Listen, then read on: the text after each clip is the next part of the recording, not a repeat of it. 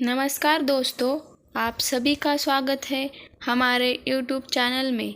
आज हम आपके लिए लेकर आए हैं गुप्त नवरात्रि की 9वीं महाविद्या मातंगी देवी की कथा।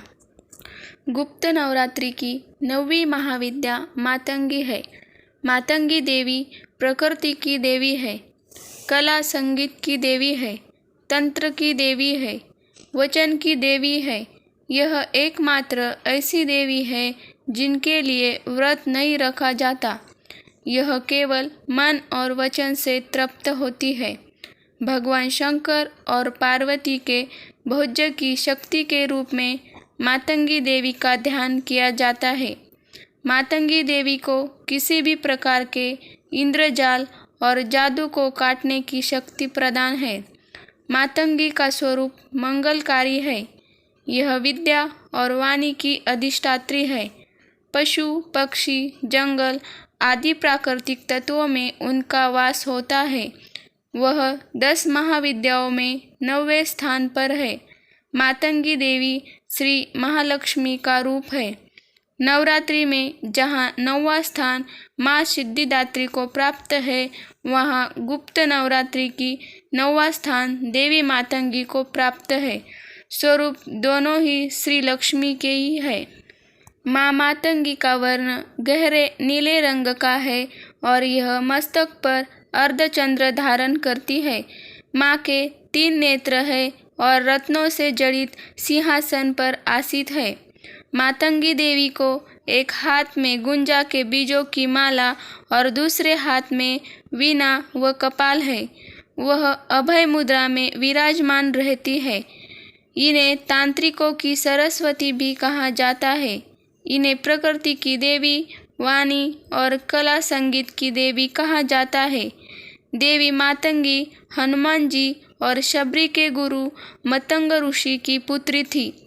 इतना ही नहीं कि दोस्तों, ऐसी मान्यता है कि देवी मातंगी को झूठन का प्रसाद और भोग लगाया जाता है।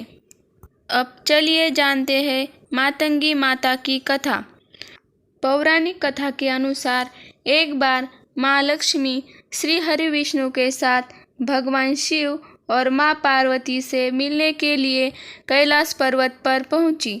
इस दौरान भगवान श्री हरि ने अपने साथ कुछ खाने का सामान भी लेकर आए थे। उस खाने के सामान को श्री हरि ने भगवान शिव को भेंट दिया था। जब भगवान शिव और माँ पार्वती ने इस भोजन को ग्रहण किया तो इसका कुछ अंश धरती पर गिर गया। उस गिरे हुए भोजन से एक श्याम वर्ण वाली देवी का प्रादुर्भाव हुआ, जो मातंगी देवी के नाम से जानी गई।